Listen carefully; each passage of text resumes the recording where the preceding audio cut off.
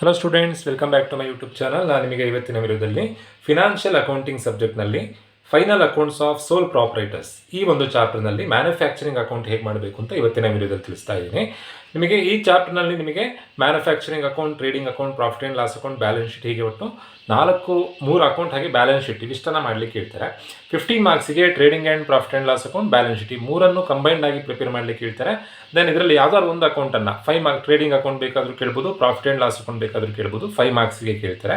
Manufacturing ಅಕೌಂಟನ್ನು 10 ಮಾರ್ಕ್ಸಿಗೆ confirm ಆಗಿ ಕೇಳ್ತಾರೆ. From exam point of view ಈ ಚಾಪ್ಟರ್ ತುಂಬಾ ಇಂಪಾರ್ಟೆಂಟ್. ಏನಕ್ಕೆ ಅಂತಂದರೆ 5 ಮಾರ್ಕ್ಸಿಗೆ, 10 ಮಾರ್ಕ್ಸಿಗೆ, 15 ಮಾರ್ಕ್ಸಿಗೆ ಮೂರಕ್ಕೂ ಬರುತ್ತೆ. ಬೇರೆ ಬೇರೆ ಯೂನಿವರ್ಸಿಟಿಲಿ ಬೇರೆ ಬೇರೆ ಪ್ಯಾಟರ್ನ್ ಇದೆ. ಕೆಲವೊಂದು ಯೂನಿವರ್ಸಿಟಿ 12 ಮಾರ್ಕ್ಸಿಗೆ ಕೇಳ್ತಾರೆ. ಒಟ್ಟಿನಲ್ಲಿ ಎಲ್ಲ ಯೂನಿವರ್ಸಿಟಿಗಳಿಗೂ ಕೂಡ ಈ ಚಾಪ್ಟರ್ ವೆರಿ ಇಂಪಾರ್ಟೆಂಟ್. ಮ್ಯಾನುಫ್ಯಾಕ್ಚರಿಂಗ್ ಅಕೌಂಟನ್ನು ಹೇಗೆ ಪ್ರಿಪೇರ್ ಮಾಡಬೇಕು ಅಂತ ನೋಡೋಣ. ನೋಡಿ, ಮ್ಯಾನುಫ್ಯಾಕ್ಚರಿಂಗ್ ಅಂತಂದರೆ ಉತ್ಪಾದನೆ. ಯಾವುದೇ ಒಂದು ಕಂಪನಿಯಲ್ಲಿ ಫಿನಿಶ್ಡ್ ಪ್ರಾಡಕ್ಟ್ ರೆಡಿ ಆಗಬೇಕು ಅಂತಂದರೆ, ಫೈನಲ್ ಪ್ರಾಡಕ್ಟ್ ರೆಡಿ ಆಗಬೇಕು ಅಂತಂದರೆ ಅವರು ರಾ ಮೆಟೀರಿಯಲ್ಸನ್ನು ತೊಗೊಳ್ಬೇಕು. ರಾ ಮೆಟೀರಿಯಲ್ಸನ್ನು ತೊಗೊಳ್ಬೇಕಾದ್ರೆ ಒಂದಷ್ಟು ಖರ್ಚಾಗತ್ತೆ. ಆ ತೊಗೊಂಡಿರುವಂಥ ರಾ ಮೆಟೀರಿಯಲ್ಸನ್ನು ಫಿನಿಶ್ಡ್ ಪ್ರಾಡಕ್ಟಾಗಿ ಕನ್ವರ್ಷನ್ ಮಾಡೋ ತನಕ ಏನೇನು ಖರ್ಚು ಬರುತ್ತೋ ಆ ಖರ್ಚನ್ನು ಮಾತ್ರ ನೀವು ಈ ಅಕೌಂಟಲ್ಲಿ ಬರೀಬೇಕಾಗತ್ತೆ. ಎಲ್ಲಿಂದ ಎಲ್ಲಿ ತನಕ? ರಾ ಮೆಟೀರಿಯಲ್ಸನ್ನು ಪರ್ಚೇಸ್ ಮಾಡೋದಲ್ಲಿಂದ ಫಿನಿಶ್ಡ್ ಪ್ರಾಡಕ್ಟಾಗಿ ಕನ್ವರ್ಷನ್ ಆಗೋ ತನಕ. ಫಿನಿಶ್ಡ್ ಪ್ರಾಡಕ್ಟಾಗಿ ಕನ್ವರ್ಷನ್ ಆಗೋದಲ್ಲಿ ಫ್ಯಾಕ್ಟ್ರಿಯಲ್ಲಿ ಆ ರಾ ಮೆಟೀರಿಯಲ್ಸನ್ನು ಪರ್ಚೇಸ್ ಮಾಡೋದಲ್ಲಿಂದ ಹಿಡಿದು ಫ್ಯಾಕ್ಟ್ರಿಯಲ್ಲಿ ಫಿನಿಶ್ಡ್ ಪ್ರಾಡಕ್ಟಾಗಿ ಕನ್ವರ್ಷನ್ ಮಾಡೋ ತನಕ ಏನೇನು ಎಕ್ಸ್ಪೆನ್ಸಸ್ ಆಗುತ್ತೋ ಆ ಎಲ್ಲ ಎಕ್ಸ್ಪೆನ್ಸಸ್ಸನ್ನು ನೀವು ಮ್ಯಾನುಫ್ಯಾಕ್ಚರಿಂಗ್ ಅಕೌಂಟಲ್ಲಿ ಬರೀಬೇಕಾಗತ್ತೆ. ಬಟ್ ಆಫೀಸಲ್ಲಿ ಆಗುವಂಥ ಎಕ್ಸ್ಪೆನ್ಸಸ್ಸನ್ನು, ಸೇಲ್ ಮಾಡಬೇಕಾದ್ರೆ ಆಗುವಂಥ ಎಕ್ಸ್ಪೆನ್ಸಸ್ಸನ್ನು, ದೆನ್ ಬ್ಯಾಲೆನ್ಸ್ ಶೀಟ್ ಎಂಟ್ರೀಸನ್ನು ನಾವಿಲ್ಲಿ ಬರೀಲಿಕ್ಕಿಲ್ಲ. For example, office manager salary, office lighting, ನಾವು ಅದನ್ನು ಇಲ್ಲಿ ಬರೀಲಿಕ್ಕಿಲ್ಲ. ಏನಕ್ಕೆ ಅಂತಂದರೆ ಮ್ಯಾನುಫ್ಯಾಕ್ಚರಿಂಗ್ ಅಕೌಂಟ್ ಅಂತಂದರೆ ಮ್ಯಾನುಫ್ಯಾಕ್ಚರ್ ಆಗೋ ತನಕ ಆಗುವಂಥ ಖರ್ಚನ್ನು ಮಾತ್ರ ನಾವಿಲ್ಲಿ ರೆಕಾರ್ಡ್ ಮಾಡಬೇಕಾಗತ್ತೆ. Then balance sheet entry, for example land and building, plant and machinery, furniture and fixture, cash in hand, cash at bank, ಇದು ಯಾವುದನ್ನು ನಾವು ಮ್ಯಾನುಫ್ಯಾಕ್ಚರಿಂಗ್ ಅಕೌಂಟಲ್ಲಿ ಬರೀಲಿಕ್ಕಿಲ್ಲ. ಫಸ್ಟು ನಾವು ರಾ ಮೆಟೀರಿಯಲ್ಸನ್ನು ಇನ್ಫಾರ್ಮೇಷನ್ ಬರೀಬೇಕಾಗುತ್ತೆ. ಒಂದು ಸಣ್ಣ ಎಕ್ಸಾಂಪಲ್ ಹೇಳ್ತೀನಿ. ನಿಮ್ಮ ಹತ್ರ ಒಂದು 70,000 ರೂಪಾಯಿದು ರಾ ಮೆಟೀರಿಯಲ್ಸ್ ಆಲ್ರೆಡಿ ನಿಮ್ಮ ಹತ್ರ ಇತ್ತು ಅಂತ ಅಂದ್ಕೊಳ್ಳೋಣ. ಹೊಸದಾಗಿ ಒಂದು 20,000 ರೂಪಾಯಿದು ರಾ ಮೆಟೀರಿಯಲ್ಸ್ ತೊಗೊಳ್ತಾ ಇದ್ದೀರಾ. ಅಲ್ಲಿಗೆ ಟೋಟಲ್ ಆಗಿ ನಿಮ್ಮ ಹತ್ರ ಎಷ್ಟು ರೂಪಾಯಿದು ರಾ ಮೆಟೀರಿಯಲ್ಸ್ ಆಯಿತು? ಆಲ್ರೆಡಿ 70,000 ರೂಪಾಯಿದು ರಾ ಮೆಟೀರಿಯಲ್ಸ್ ಇತ್ತು. 20,000 ರೂಪಾಯಿದು ರಾ ಮೆಟೀರಿಯಲ್ಸ್ ತೊಗೊಳ್ತಾ ಇದ್ದೀರಾ. ಟೋಟಲ್ ಆಗಿ ನಿಮ್ಮ ಹತ್ರ 90,000 ರೂಪಾಯಿದು ರಾ ಮೆಟೀರಿಯಲ್ಸ್ ಆಯಿತು. ಒಂದು ವೇಳೆ ಈ ವರ್ಷದ ಕೊನೆಯಲ್ಲಿ 20,000 ರೂಪಾಯಿ ರಾ ಮೆಟೀರಿಯಲ್ಸ್ ಅಥವಾ 30,000 ರೂಪಾಯಿ ರಾ ಮೆಟೀರಿಯಲ್ಸ್ ಉಳಿದಿದೆ ಅಂತ ಅಂದ್ಕೊಳ್ಳೋಣ. ಹಾಗಾದರೆ ನೀವು ಖರ್ಚು ಮಾಡಿದ್ದೆಷ್ಟು? ಆಲ್ರೆಡಿ ಇದ್ದಿದ್ದು 70, ಹೊಸದಾಗಿ ತೊಗೊಂಡಿದ್ದು 20. ಟೋಟಲ್ ಆಗಿ ಎಷ್ಟು ರೂಪಾಯಿ ನಿಮ್ಮ ಹತ್ರ ಮೆಟೀರಿಯಲ್ಸ್ ಆಯಿತು? 90,000 ರೂಪಾಯಿ. 30,000 ರೂಪಾಯಿದು ಉಳಿದಿದೆ ಅಂತ ಆದರೆ ನೀವು ಖರ್ಚು ಮಾಡಿದ್ದೆಷ್ಟು? 60,000 ರೂಪಾಯಿ ನೀವು ಖರ್ಚು ಮಾಡಿದ್ದು ಅಂತ ಗೊತ್ತಾಯ್ತು ನಿಮಗೆ. ಸೊ ಹಾಗಾಗಿ ಎಷ್ಟು ರಾ ಮೆಟೀರಿಯಲ್ಸ್ ಖರ್ಚಾಗಿದೆ ಅಂತ ಫೈಂಡ್ ಔಟ್ ಮಾಡೋದಕ್ಕೆ ನಾವು ಈ ಫಾರ್ಮೇಟನ್ನು ಫಾಲೋ ಮಾಡಬೇಕಾಗತ್ತೆ. ನೋಡಿ, ಮ್ಯಾನುಫ್ಯಾಕ್ಚರಿಂಗ್ ಅಕೌಂಟಿನ ಫಾರ್ಮೇಟನ್ನು ನಾನು ಇಲ್ಲಿ ಬರೆದಿದ್ದೀನಿ. First opening stock of raw materials ಬರೀಬೇಕು. Then add purchase of raw materials less closing stock of raw materials. ನಾವು ಇದನ್ನು ಫಾಲೋ ಮಾಡಿದಾಗ, ನಾನು ಇಲ್ಲಿ ಏನು ಎಕ್ಸಾಂಪಲ್ ಹೇಳಿದ್ನೋ ಅದೇ ಪ್ರಕಾರ ನಾವಿಲ್ಲಿ ಮಾಡ್ತಾ ಇದ್ದೀವಿ. ಸೊ ಇದನ್ನು ಫಾಲೋ ಮಾಡಿದಾಗ ಎಷ್ಟು ರಾ ಮೆಟೀರಿಯಲ್ಸ್ ನಾವು ಖರ್ಚು ಮಾಡಿದ್ದೀವಿ ಅಂತ ಗೊತ್ತಾಗುತ್ತೆ. ದೆನ್ ಡೈರೆಕ್ಟ್ ಎಕ್ಸ್ಪೆನ್ಸಸ್ ಅಂದರೆ ಆ ರಾ ಮೆಟೀರಿಯಲ್ಸನ್ನು ಪರ್ಚೇಸ್ ಮಾಡಬೇಕಾದ್ರೆ ಬೇರೆ ಏನಾದರೂ ಖರ್ಚಾಗಿದ್ದರೆ, ಫಾರ್ ಎಕ್ಸಾಂಪಲ್ ರಾ ಮೆಟೀರಿಯಲ್ಸನ್ನು ಪರ್ಚೇಸ್ ಮಾಡಬೇಕಾದ್ರೆ ಏನೇನು ಖರ್ಚಾಗುತ್ತೆ? ಬೇರೆ ದೇಶದಿಂದ ಪರ್ಚೇಸ್ ಮಾಡ್ತಾ ಇದ್ದರೆ ಇಂಪೋರ್ಟ್ ಚಾರ್ಜಸ್ ಆಗುತ್ತೆ. ದೆನ್ ಅದನ್ನು ಫ್ಯಾಕ್ಟ್ರಿಗೆ ತಂದು ಹಾಕೋರು ಲೇಬರ್ಸ್, ಅವರಿಗೆ ವೇಜಸ್ ಕೊಡಬೇಕು. ದೆನ್ ಆಕ್ಟ್ರಾಯ್, ಶಿಪ್ಪಿಂಗ್ ಚಾರ್ಜಸ್ ಎಲ್ಲ ಪೇಮೆಂಟ್ ಮಾಡಬೇಕಾಗುತ್ತೆ. ಅದಕ್ಕೆ ಡೈರೆಕ್ಟ್ ಎಕ್ಸ್ಪೆನ್ಸಸ್ ಅಂತ ಅಂತೀವಿ. ಡೈರೆಕ್ಟ್ ಎಕ್ಸ್ಪೆನ್ಸಸ್ ಯಾವ್ದು ನಾನು ಇಲ್ಲಿ ಬರೆದಿಟ್ಟಿದ್ದೀನಿ ನೋಡಿ. COWFDI, FDI ಅಂತ ನೆನಪಿಟ್ಕೊಳ್ಳಿ. Carriage inward, octroi, wages, freight, dock dues, import duty. ಇವಿಷ್ಟು ಡೈರೆಕ್ಟ್ ಎಕ್ಸ್ಪೆನ್ಸಸ್ ಇದ್ದರೆ, ಕ್ವಶನಲ್ಲಿ ಕೊಟ್ಟಿದ್ರೆ ನೀವು ಅದನ್ನು ಇಲ್ಲಿ ಡೈರೆಕ್ಟ್ ಎಕ್ಸ್ಪೆನ್ಸಸ್ ಅಂತ ಹೇಳಿ ಬರೀಬೇಕಾಗುತ್ತೆ. ಡೈರೆಕ್ಟ್ ಎಕ್ಸ್ಪೆನ್ಸಸ್ ಅಂದರೆ ರಾ ಮೆಟೀರಿಯಲ್ಸ್ ಪರ್ಚೇಸ್ ಮಾಡಬೇಕಾದ್ರೆ ಆಗುವಂಥ ಎಕ್ಸ್ಪೆನ್ಸಸ್. ದೆನ್ ಡೈರೆಕ್ಟ್ ವೇಜಸ್, ನಮ್ಮ ತಗೊಂಡಿರುವಂಥ ರಾ ಮೆಟೀರಿಯಲ್ಸನ್ನು ಫ್ಯಾಕ್ಟ್ರಿಗೆ ತಂದು ಹಾಕೋದು ಯಾರು? ಲೇಬರ್ಸ್. ಸೊ ಅವರಿಗೆ ವೇಜಸ್ ಪೇಮೆಂಟ್ ಮಾಡಬೇಕು. ಡೈರೆಕ್ಟ್ ವೇಜಸ್ಸನ್ನು ನೀವು ಇಲ್ಲಿ ಬರೀಬೇಕಾಗತ್ತೆ. ಬರೋವಂಥ ಉತ್ತರ prime cost. Add factory expenses ಅಂತಂದರೆ ತೊಗೊಂಡಿರುವಂಥ ರಾ ಮೆಟೀರಿಯಲ್ಸನ್ನು ಫಿನಿಶ್ಡ್ ಪ್ರಾಡಕ್ಟ್ ಆಗಿ ಕನ್ವರ್ಷನ್ ಮಾಡೋದಲ್ಲಿ ಫ್ಯಾಕ್ಟ್ರಿಲಿ ಆಗುವಂಥ ಎಲ್ಲ ಎಕ್ಸ್ಪೆನ್ಸಸ್ನ ನಾವಿಲ್ಲಿ ಬರೀಬೇಕಾಗತ್ತೆ. ಎಲ್ಲ ಎಕ್ಸ್ಪೆನ್ಸಸ್ ಅಂದರೆ ಯಾವ್ದು? ಫ್ಯಾಕ್ಟ್ರಿ ರೆಂಟ್ ಆಗ್ಬೋದು, ಫ್ಯಾಕ್ಟ್ರಿ ಲೈಟಿಂಗ್ ಆಗ್ಬೋದು, ಫ್ಯಾಕ್ಟ್ರಿ ಮ್ಯಾನೇಜರ್ ಸ್ಯಾಲ್ರಿ ಆಗ್ಬೋದು. ಕೋಲನ್ನು ಎಲ್ಲಿ ಯೂಸ್ ಮಾಡ್ತಾರೆ? ಕಲ್ಲಿದ್ದಲನ್ನು ಯೂಸ್ ಮಾಡೋದಲ್ಲಿ ಫ್ಯಾಕ್ಟ್ರಿಯಲ್ಲಿ ಯೂಸ್ ಮಾಡ್ತಾರೆ, ಆಫೀಸಲ್ಲಿ ಯೂಸ್ ಮಾಡಲ್ಲ. ಯಾಕೆ ಅಂತಂದರೆ ಮೆಷಿನ್ ರನ್ ಆಗಬೇಕು ಅಂತಂದರೆ ಪವರ್ ಸಪ್ಲೈ ಬೇಕು. ಎಲೆಕ್ಟ್ರಿಸಿಟಿಯನ್ನು ಯೂಸ್ ಮಾಡ್ಕೊಳ್ತಾರೆ. ಇಲ್ಲ ಅಂತಂದರೆ ಕೋಲನ್ನು ಯೂಸ್ ಮಾಡಿಕೊಂಡು ಪ್ರೊಡಕ್ಷನನ್ನು ಮಾಡ್ತಾರೆ. ಸೊ ಇವೆಲ್ಲ ಕೂಡ ಫ್ಯಾಕ್ಟ್ರಿಲಿ ಆಗುವಂಥ ಎಕ್ಸ್ಪೆನ್ಸಸ್. ಇಲ್ಲೂ ಕೂಡ ಒಂದು ಓಪನಿಂಗ್ ಸ್ಟಾಕನ್ನು ಆ್ಯಡ್ ಮಾಡಬೇಕು, ಒಂದು ಕ್ಲೋಸಿಂಗ್ ಸ್ಟಾಕನ್ನು ಲೆಸ್ ಮಾಡಬೇಕು. Opening stock of work in ಪ್ರೋಗ್ರೆಸನ್ನು ಆ್ಯಡ್ ಮಾಡಬೇಕು, closing stock of work in ಪ್ರೋಗ್ರೆಸನ್ನು ಲೆಸ್ ಮಾಡಬೇಕು. ಲೆಸ್ ಮಾಡಿದಾಗ ಬರುವಂಥ ಫೈನಲ್ ಆನ್ಸರೇ ಕಾಸ್ಟ್ ಆಫ್ ಪ್ರೊಡಕ್ಷನ್. ನೋಡಿ, ನಿಮಗೆ ಎಕ್ಸಾಮ್ನಲ್ಲಿ ಪ್ರಿಪೇರ್ ಮ್ಯಾನುಫ್ಯಾಕ್ಚರಿಂಗ್ ಅಕೌಂಟ್ ಅಂತ ಬೇಕಾದರೂ ಕೇಳ್ಬೋದು, ಇಲ್ಲ ಕ್ಯಾಲ್ಕುಲೇಟ್ ಕಾಸ್ಟ್ ಆಫ್ ಪ್ರೊಡಕ್ಷನ್ ಅಂತ ಕೇಳ್ಬೋದು. ಹೇಗೆ ಕೇಳಿದ್ರು ಒಂದೇ, ಕಾಸ್ಟ್ ಆಫ್ ಪ್ರೊಡಕ್ಷನ್ ಅಂದರೂ ಒಂದೇ, ಪ್ರಿಪೇರ್ ಮ್ಯಾನುಫ್ಯಾಕ್ಚರಿಂಗ್ ಅಕೌಂಟ್ ಅಂತಂದ್ರೂ ಒಂದೇ. ನೆನ್ಪಿಟ್ಕೊಳ್ಳಿ, ವರ್ಕ್ ಇನ್ ಪ್ರೋಗ್ರೆಸನ್ನು ನೀವು ಸ್ಟಾರ್ಟಿಂಗಲ್ಲಿ ಬರೀಲಿಕ್ಕಿಲ್ಲ. ಏನಕ್ಕೆ ಅಂತಂದರೆ, ಫಸ್ಟು ನೀವು ರಾ ಮೆಟೀರಿಯಲ್ಸ್ ತೊಗೊಂಡಿರ್ತೀರ, ತೊಗೊಂಡಾದ್ಮೇಲೆ ಅದು ಫ್ಯಾಕ್ಟ್ರಿಗೆ ಹೋಗುತ್ತೆ, ಫ್ಯಾಕ್ಟ್ರಿಯಲ್ಲಿ ಅದು ಪ್ರೊಸೆಸ್ ಆಗುತ್ತೆ. ಸೊ ಇಲ್ಲಿ opening stock of work in progress, factory ಅಂಡರಲ್ಲಿ opening stock of work in progress, closing stock of work in progress ಬರುತ್ತೆ. ಸ್ಟಾರ್ಟಿಂಗ್ನಲ್ಲಿ opening stock of raw materials, closing stock of raw materials ಬರುತ್ತೆ. Simple ಆಗಿ ಹೇಳಬೇಕು ಅಂತಂದರೆ, cricket bat ಮಾಡಬೇಕು ಅಂತಂದರೆ ಏನು ಮಾಡಬೇಕು? ಮರದ ಕ್ರಿಕೆಟ್ ಬ್ಯಾಟ್ ಮಾಡ್ತಿದ್ದೀರಾ ಅಂತ ಅಂದ್ಕೊಳ್ಳಿ. ಫಸ್ಟ್ ನೀವೇನು ಮಾಡಬೇಕು? ಮರ ತೊಗೊಳ್ಬೇಕು. ಮರ ತೊಗೊಳ್ಬೇಕಾದ್ರೆ ಒಂದಷ್ಟು ಖರ್ಚಾಗುತ್ತೆ. ಆ ತೊಗೊಂಡಿರುವಂಥ ಮರನ ಫ್ಯಾಕ್ಟ್ರಿಗೆ ತೊಗೊಂಡು ಹೋಗಬೇಕು. ಫ್ಯಾಕ್ಟ್ರಿಲಿ ಒಂದಷ್ಟು ಖರ್ಚಾಗುತ್ತೆ, ಕ್ರಿಕೆಟ್ ಬ್ಯಾಟ್ ರೆಡಿ ಆಗುತ್ತೆ. ಸೊ ಇಲ್ಲಿ ತನಕ ಆ ಮರ ತೊಗೊಂಡಲ್ಲಿಂದ ಹಿಡಿದು ಕ್ರಿಕೆಟ್ ಬ್ಯಾಟ್ ರೆಡಿ ಆಗೋ ತನಕ ಏನೇನು ಖರ್ಚು ಬರುತ್ತೋ ಆ ಖರ್ಚನ್ನು ಮಾತ್ರ ನೀವು ಮ್ಯಾನುಫ್ಯಾಕ್ಚರಿಂಗ್ ಅಕೌಂಟಲ್ಲಿ ಬರೀಬೇಕು. ದೆನ್ ತಯಾರು ಮಾಡಿ ಆದಮೇಲೆ ಆಫೀಸಲ್ಲಿ ಆಗುವಂಥ ಎಕ್ಸ್ಪೆನ್ಸಸ್ಸನ್ನು, ಸೇಲ್ ಮಾಡಬೇಕಾದ್ರೆ ಆಗುವಂಥ ಎಕ್ಸ್ಪೆನ್ಸಸ್ಸನ್ನು, ಫಾರ್ ಎಕ್ಸಾಂಪಲ್ ಅಡ್ವರ್ಟೈಸ್ಮೆಂಟ್ ಆಗ್ಬೋದು, ಸೇಲ್ಸ್ ಮ್ಯಾನ್ ಕಮಿಷನ್ ಆಗ್ಬೋದು, ಸೇಲ್ಸ್ ಮ್ಯಾನ್ ಸ್ಯಾಲ್ರಿ ಆಗ್ಬೋದು, ಅದು ಯಾವುದನ್ನು ನಾವು ಇಲ್ಲಿ ಬರೀಲಿಕ್ಕಿಲ್ಲ. ನಾವು ಮ್ಯಾನುಫ್ಯಾಕ್ಚರಿಂಗ್ ಅಕೌಂಟ್ನಲ್ಲಿ ಕನ್ಸಿಡರ್ ಮಾಡಬೇಕಾಗಿರೋದು ಇವಿಷ್ಟು ಎಂಟ್ರಿಯನ್ನು ಮಾತ್ರ. ನೀಟಾಗಿ ಫಾರ್ಮೇಟನ್ನು ನೋಟ್ ಡೌನ್ ಮಾಡ್ಕೊಳ್ಳಿ. ಫಾರ್ಮೇಟ್ ವೈಸೇ ನಾವು ಕ್ಯಾಲ್ಕುಲೇಷನ್ ಮಾಡ್ತಾ ಹೋಗಬೇಕು. ನನಗೆ ಒಂದು ಕ್ವಶನ್ ಮಾಡಿಸ್ತೀನಿ, ಒಂದು ಸೊಲ್ಯೂಷನ್ ಮಾಡಿಸ್ತೀನಿ, ಆವಾಗ ನಿಮಗೆ ಗೊತ್ತಾಗುತ್ತೆ. ಕ್ವಶನ್ ಈ ಥರದಲ್ಲಿ ಕೊಟ್ಟಿದ್ದಾರೆ.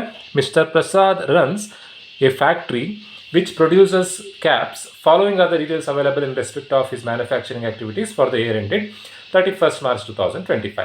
ಒಂದಷ್ಟು ಇನ್ಫಾರ್ಮೇಷನನ್ನು ಕೊಟ್ಟಿದ್ದಾರೆ. ಈ ಇನ್ಫಾರ್ಮೇಷನನ್ನು ನೋಡಿಕೊಂಡು ನಾವು ಮ್ಯಾನುಫ್ಯಾಕ್ಚರಿಂಗ್ ಅಕೌಂಟನ್ನು ಮಾಡಬೇಕು. ನಾನಿಲ್ಲಿ ಹೆಡ್ಡಿಂಗ್ ಹಾಕ್ಕೊಂಡಿದ್ದೀನಿ, statement of manufacturing for the year ended 31st March 2025. ನಾವು ಆ್ಯಸ್ ಇಟ್ ಈಸ್ ಫಾರ್ಮೇಟ್ ವೈಸೇ ಕ್ಯಾಲ್ಕುಲೇಷನ್ ಮಾಡಬೇಕು. First opening stock of raw materials, add purchase of raw materials, less closing stock of raw materials, ಬರೋ answer raw material consumed.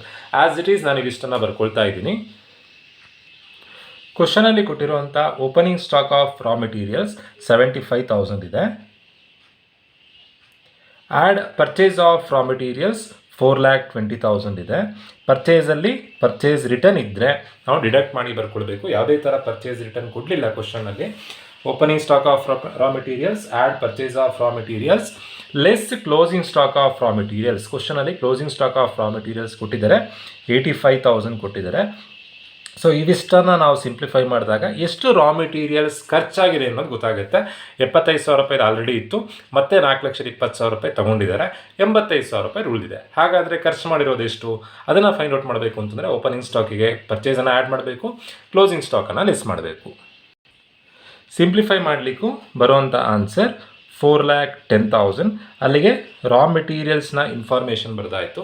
Then ಈ ರಾ ಮೆಟೀರಿಯಲ್ಸನ್ನು purchase ಮಾಡಬೇಕಾದ್ರೆ ಏನಾದರೂ expenses ಆದರೆ ಅದಕ್ಕೆ ನಾವು ಡೈರೆಕ್ಟ್ ಎಕ್ಸ್ಪೆನ್ಸಸ್ ಅಂತ ಅಂತೀವಿ. ಡೈರೆಕ್ಟ್ ಎಕ್ಸ್ಪೆನ್ಸಸ್ ಅಂದರೆ ಯಾವುದು? ಡೈರೆಕ್ಟ್ ಎಕ್ಸ್ಪೆನ್ಸಸ್ ಅಂತಂದರೆ ನಾನು ಆಲ್ರೆಡಿ ಸ್ಟಾರ್ಟಿಂಗ್ನಲ್ಲಿ ಹೇಳಿದ್ದೆ, carriage inward, octroi, wages, freight, dock dues, import duty. ಇವಿಷ್ಟನ್ನು ಕ್ವಶನಲ್ಲಿ ಕೊಟ್ಟಿದ್ದಾರೆ. ವೇಜಸನ್ನು ನೀವು ಸಪ್ರೇಟ್ ಬೇಕಾದರೂ ಕನ್ಸಿಡರ್ ಮಾಡ್ಬೋದು, ಇಲ್ಲೇ ಬೇಕಾದರೂ ಕನ್ಸಿಡರ್ ಮಾಡ್ಬೋದು. ಇವಿಷ್ಟನ್ನು ಕ್ವಶನಲ್ಲಿ ಕೊಟ್ಟಿದ್ರೆ ನಾವು ಡೈರೆಕ್ಟ್ ಎಕ್ಸ್ಪೆನ್ಸಸ್ಸಿಗೆ ಬರೀಬೇಕಾಗತ್ತೆ. ಕ್ವಶನಲ್ಲಿ ಯಾವುದೇ ಥರ ಡೈರೆಕ್ಟ್ ಎಕ್ಸ್ಪೆನ್ಸಸ್ಸನ್ನು ಈ ಪ್ರಾಬ್ಲಮಲ್ಲಿ ಕೊಡಲಿಲ್ಲ. ಡೈರೆಕ್ಟ್ ವೇಜಸ್ ಕೊಟ್ಟಿದ್ದಾರೆ. ಡೈರೆಕ್ಟ್ ವೇಜಸನ್ನು ನೀವು ಡೈರೆಕ್ಟ್ ಎಕ್ಸ್ಪೆನ್ಸಸ್ ಅಂತ ಬೇಕಾದರೂ ಕನ್ಸಿಡರ್ ಮಾಡ್ಬೋದು, ಸಪ್ರೇಟಾಗಿ ಡೈರೆಕ್ಟ್ ವೇಜಸ್ ಅಂತ ಬೇಕಾದರೂ ಬರಿಬೋದು. ಬೇರೆ import duty, dock dues, carriage inward ಯಾವುದನ್ನು ಕ್ವಶನಲ್ಲಿ ಕೊಡಲಿಲ್ಲ. ಕ್ಯಾರೇಜ್ ಇನ್ವರ್ಡ್ ಕೊಟ್ಟರೆ ಮಾತ್ರ ನೀವು ಇಲ್ಲಿ ಬರೀಬೇಕಾಗುತ್ತೆ. ಕ್ಯಾರೇಜ್ ಔಟ್ವರ್ಡ್ ಅಂದರೆ ಅದು ರಿಲೇಟೆಡ್ ಟು ಸೇಲ್ಸ್, ಅದನ್ನು ಬರೀಲಿಕ್ಕಿಲ್ಲ. ಡೈರೆಕ್ಟ್ ಎಕ್ಸ್ಪೆನ್ಸಸ್ ಅಂದರೆ ರಾ ಮೆಟೀರಿಯಲ್ಸನ್ನು ಪರ್ಚೇಸ್ ಮಾಡಬೇಕಾದ್ರೆ ಆಗುವಂಥ ಎಕ್ಸ್ಪೆನ್ಸಸ್. ಯಾವುದೇ ಥರ ಡೈರೆಕ್ಟ್ ಎಕ್ಸ್ಪೆನ್ಸಸ್ ಕೊಡಲಿಲ್ಲ. ನೆಕ್ಸ್ಟ್ ನೀವು ಕನ್ಸಿಡರ್ ಮಾಡಬೇಕಾಗಿದ್ದು ಡೈರೆಕ್ಟ್ ವೇಜಸ್. ಡೈರೆಕ್ಟ್ ವೇಜಸನ್ನು ಕ್ವಶನಲ್ಲಿ ಕೊಟ್ಟಿದ್ದಾರೆ. ಕೊಟ್ಟಿರುವಂಥ ಅಮೌಂಟ್ ಎಷ್ಟು? ಡೈರೆಕ್ಟ್ ವೇಜಸ್ 1,83,500 ರೂಪೀಸ್ ಕೊಟ್ಟಿದ್ದಾರೆ.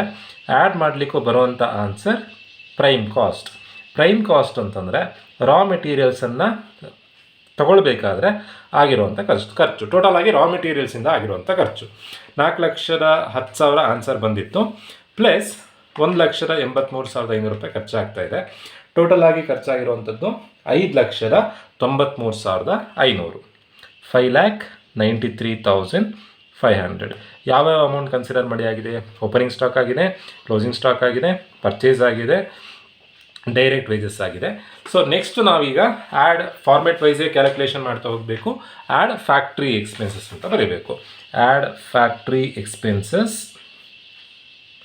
ಫ್ಯಾಕ್ಟ್ರಿಲಾಗುವಂಥ ಎಲ್ಲ ಖರ್ಚನ್ನು ನಾವಿಲ್ಲಿ ರೆಕಾರ್ಡ್ ಮಾಡಬೇಕಾಗತ್ತೆ. ಫ್ಯಾಕ್ಟ್ರಿ ಎಕ್ಸ್ಪೆನ್ಸಸ್ ಕ್ವಶನಲ್ಲಿ ಯಾವ್ದು ಕೊಟ್ಟಿದ್ದಾರೆ, ಹೈಯರ್ ಚಾರ್ಜಸ್ ಆಫ್ ಮೆಷಿನ್ ಅಂತ ಕೊಟ್ಟಿದ್ದಾರೆ. ಮೆಷಿನನ್ನು ಎಲ್ಲಿಟ್ಟಿರ್ತಾರೆ, ಫ್ಯಾಕ್ಟ್ರಿಲಿ ಇಟ್ಟಿರ್ತಾರೆ, ಅದನ್ನು ನಾವಿಲ್ಲಿ ಬರೀಬೇಕು.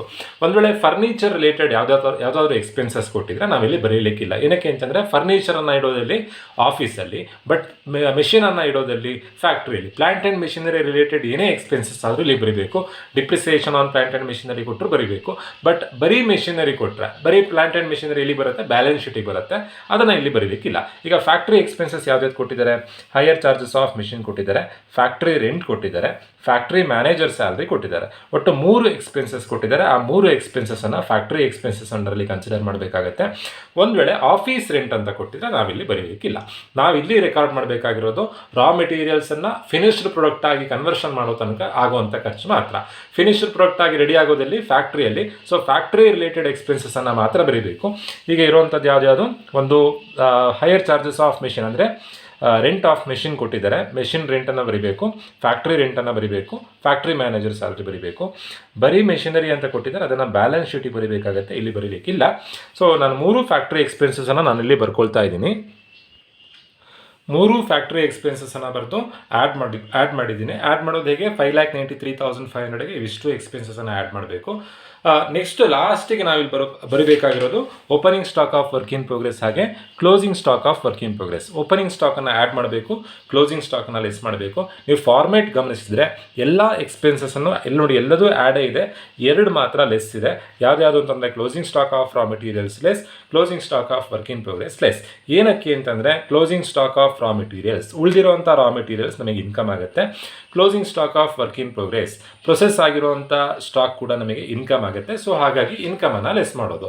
ಈಗ 9,73,500 ಆನ್ಸರ್ ಬಂದರೆ ಈ 9,73,500ಕ್ಕೆ opening stock of work in progress ಮತ್ತು closing stock of work in ಪ್ರೋಗ್ರೆಸ್ಸನ್ನು ಟ್ರೀಟ್ ಮಾಡಬೇಕು.